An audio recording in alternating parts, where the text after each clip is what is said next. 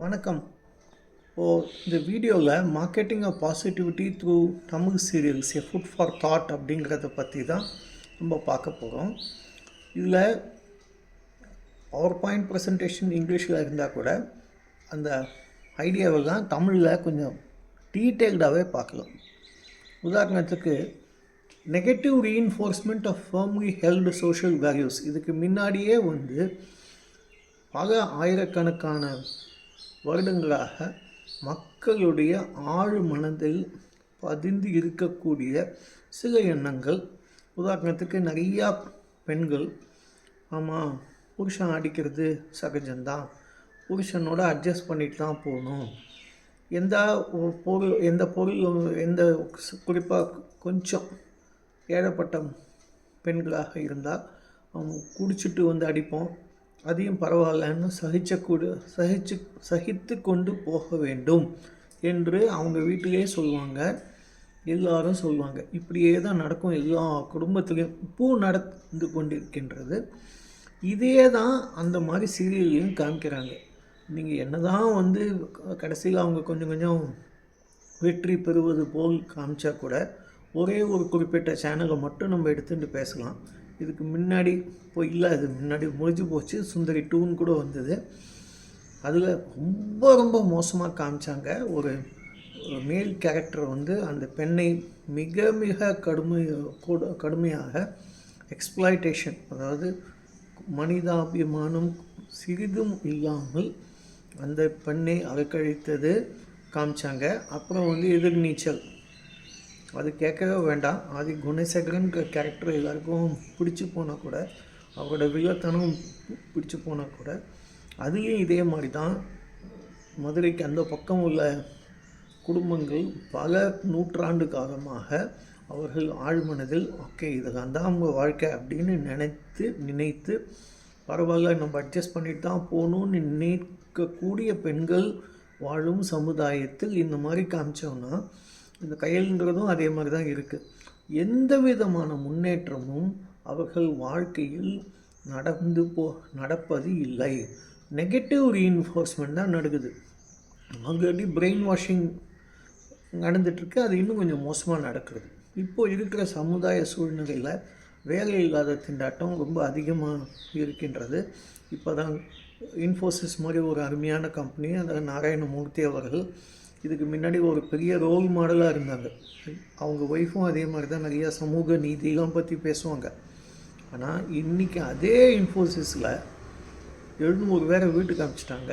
பல கம்பெனிஸில் நிறைய பேரை வீட்டுக்கு அனுப்பிச்சிட்ருக்காங்க.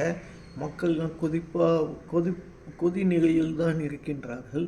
அண்டர் எம்ப்ளாய்மெண்ட் சொல்லுவாங்க. வேலை கிடைக்கும், ஆனால் சம்பளம் கிடைக்காது. இன்றைக்கி 20,000 25,000 மிக மிக கடுமையாக உழைத்து கொண்டு இந்த மாதிரி அரக்கோணம் மாதிரி திருத்தணி மாதிரி ஊர்லேருந்து மெட்ராஸ்க்கு போயிட்டு திருப்பியும் அதே ட்ரெயின் 2 மணி நேரம் 2.5 மணி நேரம் ட்ராவல் பண்ணி திருப்பியும் அதே ஊருக்கு போய் படாத பாடுபடும் மனிதர்கள் இன்றளவில் இருக்கின்றார்கள். அவங்க வாழ்க்கையில் எந்த விதமான சந்தோஷமும் கிடையாது. அப்படி இருக்கும் பட்சத்தில் திருப்பி இதே மாதிரி சீரியல்ஸ் காமிக்கும் பொழுது எந்த விதமான சமுதாய முன்னேற்றமும் அடைவதற்கு வாய்ப்பே இல்லாமல் சென்று விடுகின்றது. ஆல் த நெகட்டிவ் வேல்யூஸ் தான் ரீஇன்ஃபோர்ஸ் பண்ணுறாங்க. It doesn't alter anything. Even if the woman finally wins, the male chauvinist values are firmly reinforced. அவங்க வெற்றி பெற்றால் கூட ஆம்பளைனா இப்படி தான் இருப்பாங்க அப்படிங்கிற ஒரு மனப்பான்மையை வளர்த்து விடுவது தான் இந்த எல்லா தமிழ் சீரியலோட ஒரு பெரிய என்ன சொல்கிறது, முக்கியமான வேலை மாதிரி தான் தெரியுது. எல்லா தமிழ் சீரியலும் இதே மாதிரி காமிக்கிறாங்க. ஒரு பொண்ணு இருக்கும், அந்த பொண்ணு படாத பாடுபடும். அவங்க மாமியார் கறி ரொம்ப மோசமான அந்த காலத்து ஓய்வு விஜயா மாதிரி வில்லை, சிஐடி சகுந்தலா மாதிரி வில்லிலாம் இருப்பாங்க. ஆனால் கடைசியில் இந்த பொண்ணு ஜெயிக்கிற மாதிரி ரொம்ப நாள் கழிச்சு கொஞ்சம் காமிப்பாங்க. அது கூட முழுசாக ஜெயிக்காது, படாத பாடுபட்டு ஜெயிக்கும். ஆனால் அதுக்கு நடுவில் எல்லா விதமான டர்ட்டி ட்ரிக்ஸ்னு சொல்லுவாங்க. எல்லா விதமான கெட்ட இதையும் கெட்ட வழியில் சிந்திக்கக்கூடிய அத்தனை முறைகளையும் நம்ம சீரியல் தான் அவங்களுக்கு சொல்லி கொடுக்குற மாதிரி ஆயிடுறது. மனதில் எந்த விதமான நல்ல எண்ணங்களும் உருவாகாமல் சென்று விடுகின்றது. எதிர்நீச்சலில் ரொம்ப மோசம். இப்போ ரீசெண்டாக நடக்கிறது, ஒரு சின்ன பையன் படித்து கூட ஒழுங்காக படிக்கலை, ஆனால் அவனை கல்யாணம் செய்கிறதுக்கு ஒரு சதி நடக்கிறது. அந்த பையனும் ஒத்துக்கிறான். இன்னும் டர்ட்டி ட்ரிக்ஸ்னால், இன்னும் மோசமான ஒரு டர்ட்டி ட்ரிக்ஸ் தான் இன்னும் ஜாஸ்தியாக சென்று அடைந்து விடுகின்றது. ஏன்னா கயல்னு ஒரு சீரியல் அதே மாதிரி தான் இருக்குது. வேறு இப்போ பாவம் படாத பாடு போட்டுட்ருக்கு அந்த பொண்ணு. ஆனந்த ராகம்னு ஒரு சினிமா. இது ஒரு மிக சாதாரணமாக இருக்கும் ஒரு நபர் அந்த பையனின் நல்ல மனதை பார்த்து அந்த பெண் இந்த பையனை காதலிக்கிற மாதிரி கல்யாணம் பண்ணுற மாதிரி காமிச்சு, அது இன்னும் அது திருப்பி இதே தான் வில்லன், அந்த பொண்ணு படாத பாடுபடுறது. இந்த மாதிரி சீரியல்லாம் எந்த விதமான முன்னேற்றத்தையும் மாறுதலையும் உருவாக்குவதற்காக எடுக்கப்படும் சீரியல்கள் அல்ல. இப்போ அடுத்தது, ஏன் மெய்யழகன் மாதிரி ஒரு சினிமா வந்ததுன்னா அதில் இவ்வளோ நல்லா காமிச்சாங்க.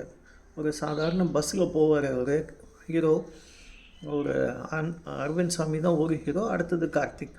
அவர் போகும்போது மனித நேயம் என்பதை அவ்வளோ அருமையாக காமிச்சிருப்பாங்க. அந்த பஸ்ஸில் அவர் கேட்டுகிட்டே வருவார், நீங்கள் எந்த ஊர், எங்கள் கட்சியில் பார்த்தா அவர் என்னோடய வாத்தியார் சார், உங்கள் அப்பா தான், அவரோட பையனா நீங்கள், இவ்வளோ வருஷம் கழித்து ஓகே சில பிரச்சனைலாம் நடந்து போச்சு, ஆனால் நீங்கள் வீட்டுக்கெலாம் இந்த ஊருக்கெலாம் வந்துட்டு இப்போ எங்கெல்லாம் பார்க்கக்கூடாதா, எங்களோட பேசக்கூடாதா அப்படின்னு கேட்குறாங்க. எந்தவித எதிர்பார்ப்பும் இல்லாமல் அன்பை பொழியும் மக்கள் இருக்கின்ற ஊர் தான் நம்ம ஊர் தமிழ்நாடு. வந்தாரை வாழ வைக்கும் தமிழ்நாடு. இந்த மாதிரி நல்ல விஷயங்கள் எவ்வளவோ இருக்குது. ஏன் இந்த மாதிரி மாற்றி காமிக்கக்கூடாது? மெய்யழகனும் ரொம்ப பெரிய சக்ஸஸ் ஸ்டோரி தானே. இதே மாதிரி சீரியல் ஏன் வரக்கூடாது? அதே மாதிரி இப்போ அந்த இடத்துல அந்த பொண்ணு போய் சொல்லும், நீங்கள் போட்டு விடணும் அப்படின்னு அந்த கல்யாண மண்டபத்தில் அந்த பொண்ணு சொல்லும், பல வருஷம் கழித்து நான் உனக்காக வெயிட் பண்ணுறேன் அப்படின்னு சொல்லி அந்த பொண்ணு கிஃப்ட்டை போட்டு விட சொல்ல கையில் வகையில் இது கோவிசைலான்னு ஹீரோ போட்டு விடுற மாதிரி காமிப்பாங்க. அவ்வளோ அருமையாக இருக்கும். ரொம்ப அழுகையே ஒரு மாதிரி ஒரு இது. லண்டனில் இருந்து அந்த சினிமாவை பார்க்கக்கூடிய ஒரு வாய்ப்பு கிடைத்தது. இருந்த 10-20 பேர் தான் இருந்தாங்க அந்த தியேட்டரில். ஆனால் 20 பேரும் அழுதுட்டு இருந்தாங்க. கடைசி மட்டும் அந்த ஒரு செகண்ட் கூட அந்த இடத்த விட்டு யாருமே வரல. அவ்வளோ பேரும் அழுதாங்க. ஆனால் அந்த மாதிரி ஒரு சினிமாலாம் வரும். அதெல்லாம் அவங்க அந்த சினிமாவும் பெரிய வெற்றி படம்னா சொல்கிறாங்க. ஏன் இந்த மாதிரி காமிக்கக்கூடாது? ஏன் ஒரு சமுதாய மாறுதலை டிவி சீரியல்லாம் உருவாக்கக்கூடாது? வேறு சேனல் ஓனர்ஸ் இருக்காங்க, டைரக்டர்ஸ் இருக்காங்க, எல்லாமே மார்க்கெட்டிங் தான், எல்லாமே பைசா தான். ஓகே, அதுக்காக இவ்வளோ மோசமான சீரியல்லாம் எடுக்கணுமா? மெய்யழகன் மாதிரி அதே மாதிரி கதை அம்சம் கொண்ட பாசிட்டிவிட்டின்னு சொல்லுவாங்க. Why don't we start marketing positivity through Tamil serials? Is it such an impossible task அப்படின்னு கேட்கக்கூடிய, இதெல்லாம் நடக்கவே நடக்காதா? ஏன் அந்த மாதிரிலாம் மாறுதல் செய்யக்கூடாதா அப்படின்னு தான் நம்மளுக்கு கேட்க தோன்றுறது. ஆமாம், இதெல்லாம் தான் யதார்த்தம், இதெல்லாம் தான் நடக்குது அப்படின்னா உண்மைதான். ஆனால் அந்த யதார்த்தத்தை மாற்றி காமிக்கக்கூடிய முயற்சியை நம்ம செய்யணும் அப்படிங்கிறது ரொம்ப முக்கியமாகப்படுகின்றது. இது இல்லாமல் திரும்ப திரும்ப திரும்ப இதே மாதிரி காமிச்சிக்கிட்டு இருந்தால் எந்த விதத்தில் அது நியாயம்? இதுதான் ரொம்ப ஒரு யோசிக்க வேண்டிய ஒரு விஷயம். உதாரணத்துக்கு ஒரு நேச்சுரலாக ஒரு ஸ்டார்ட் அப் இருக்குது. அங்கே ஒருத்தர் ஐடி ப்ராடக்டை ஒன்று கொண்டு வர பார்க்குறாரு. அவருக்கு சில கஷ்டங்கள் வரதான் வரும். அதே அங்கே நிறைய பேர் தமிழ் மக்கள் அங்கே வேலை செய்கிறாங்க, க்ரியேட்டிவாக வேலை செய்கிறாங்க, சின்ன படித்த இன்ஜினியர்ஸ் வேலை செய்கிறாங்க.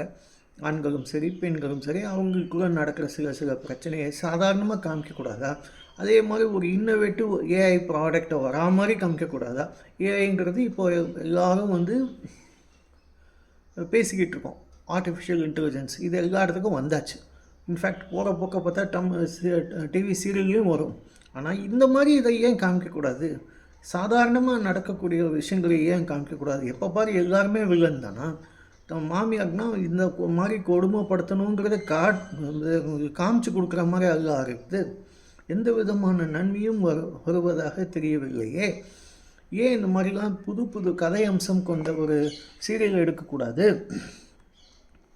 Why not create more serials showing actual realities of life with all the goodness of human nature and the small struggles but with the right messages?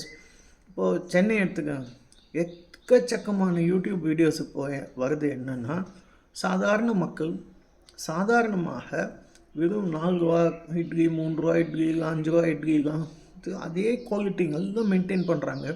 கையேந்தி பவன் அதெல்லாம் வந்து சாதாரண விஷயம் இல்லை. இன்றைய காலகட்டத்தில் குறைந்த லாபத்தில் இவ்வளோ நல்ல ஒரு சேவை செய்யணும்னு நினைக்கிற மக்கள் இருக்கக்கூடியதெல்லாம் நீ ஏன் காமிக்கக்கூடாது? அவங்க வாழ்க்கையில் அது ஒரு கதை அம்சம், அந்த மாதிரி சின்ன கதை அம்சம் எடுத்து அதெல்லாம் காமிக்கக்கூடாது. பல 30 வருஷம் முன்னாடி பசின்னு ஒரு சினிமா வந்தது.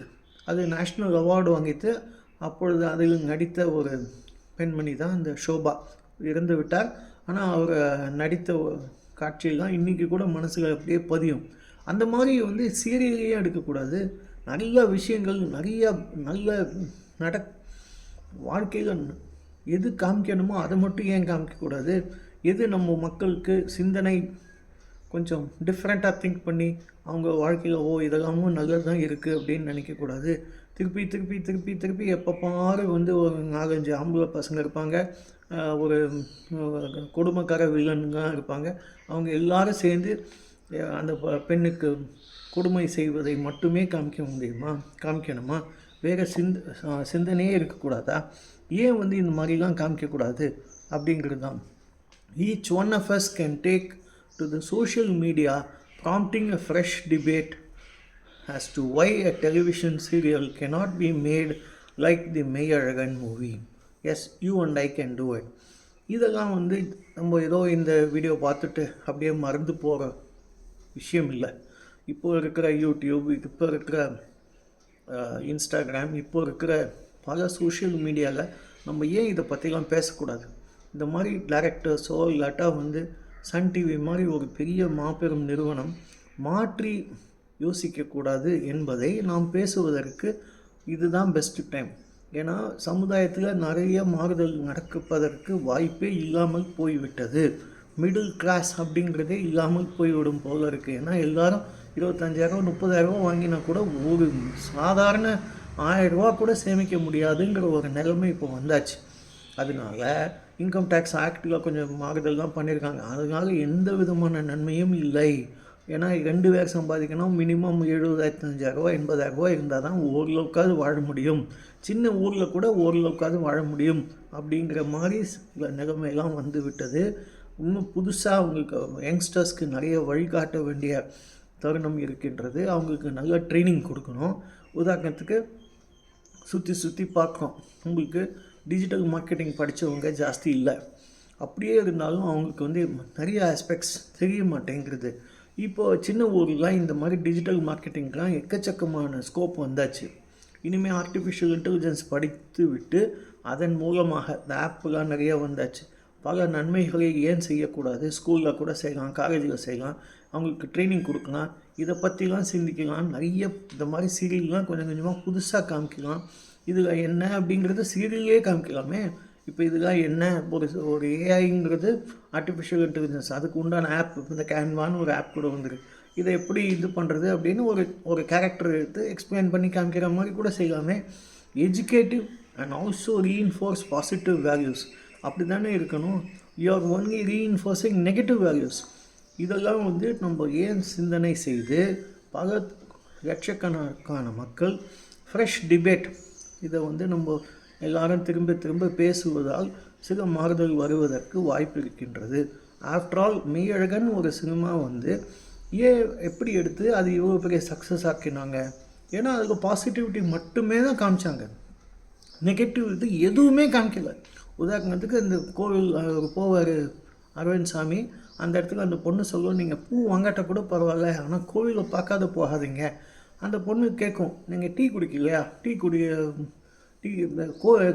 குடிச்சாட்டா என்ன பரவாயில்ல, கோயிலுக்கு போகக்கூடாதுங்கிறது இருக்கா அப்படின்னு சொல்லிட்டு டீ ஏன் சாப்பிடக்கூடாதுன்னு சொல்லி அந்த மாதிரி ஒரு அன்பான ஒரு கான்வர்சேஷனை காமிப்பாங்க. Everything was positive about that movie.